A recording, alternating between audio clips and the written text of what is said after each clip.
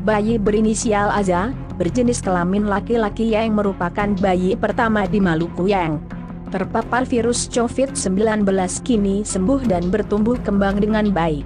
Meski sempat terpisah dengan ibunya selama 13 hari sejak dilahirkan di Rumah Sakit Umum Paulus Ciambon.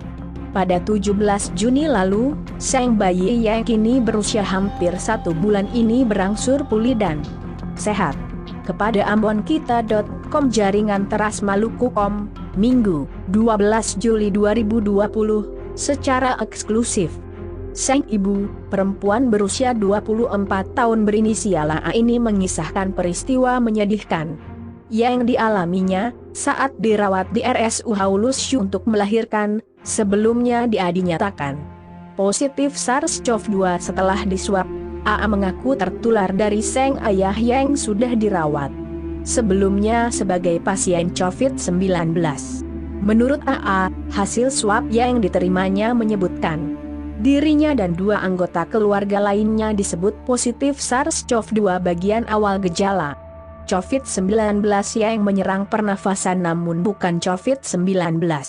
Sebenarnya bukan COVID-19, hasil kami positif SARS-CoV-2 yang kami terima memang tidak ada gejala atau orang tanpa gejala OTG, termasuk bayi saya, kami belum dinyatakan positif COVID-19, karena itu baru gejala yang akan menyerang sistem pernafasan, jelas AA meluruskan.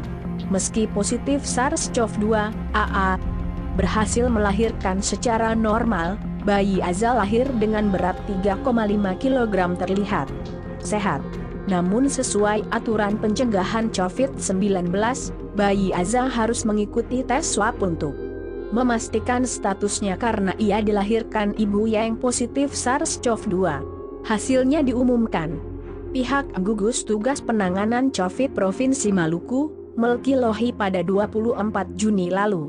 Betul, bayi dari AA memang positif namun dalam kondisi sehat. Dia satu dari 37 orang yang hasilnya dipastikan positif, jelas Lohi saat itu.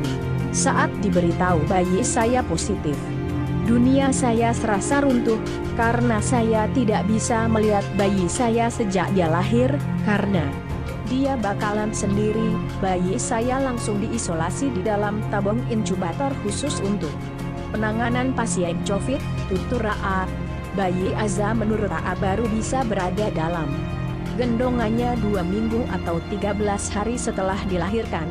Saat bertemu dengannya, AA hanya bisa menangis karena kondisi sang bayi sangat memprihatinkan. Kedua kakinya terluka karena terus berada di dalam inkubator yang ukurannya lebih pendek dari tubuhnya yang panjang. AA mengatakan meski terpaksa ditinggalkan di rumah sakit, dia dan suaminya masih bisa menjenguk si bayi. Suami saya 2 kali menjenguk bayi kami, dengan APD lengkap dan saya sekali menjenguknya di hari 13, hari ke-14 baru bisa pulang, papar AA. Pikiran saya hanya padanya setiap hari, karena saya tahu kondisi RSUD Dr. M. Paulus sangat memprihatinkan.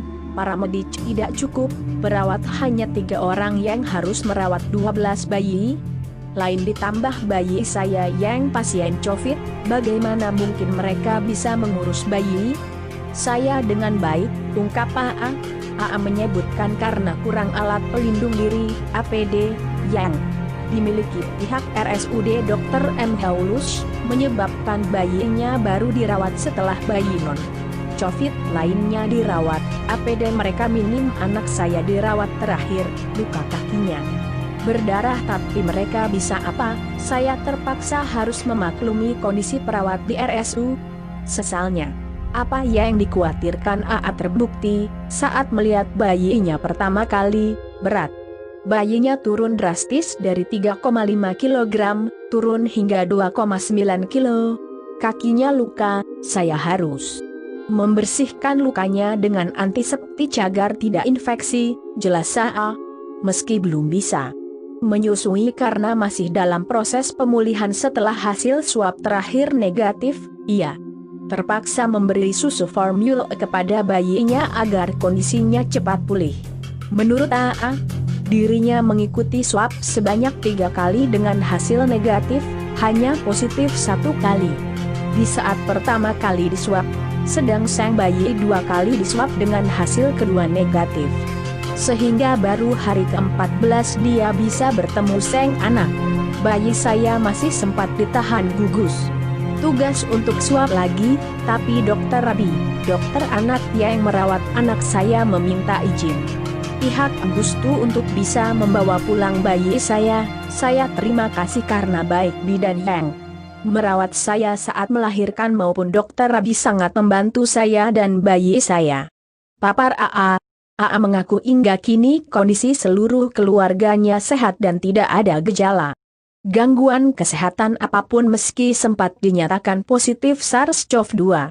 AA dan keluarga berharap kondisi mereka terus membaik. Dia juga baru Senin, 13 Juli 2020, bisa menyusui bayinya setelah 14 hari berada di rumah. Doakan dia sehat terus ya kak, pinta AA. Menutup percakapan,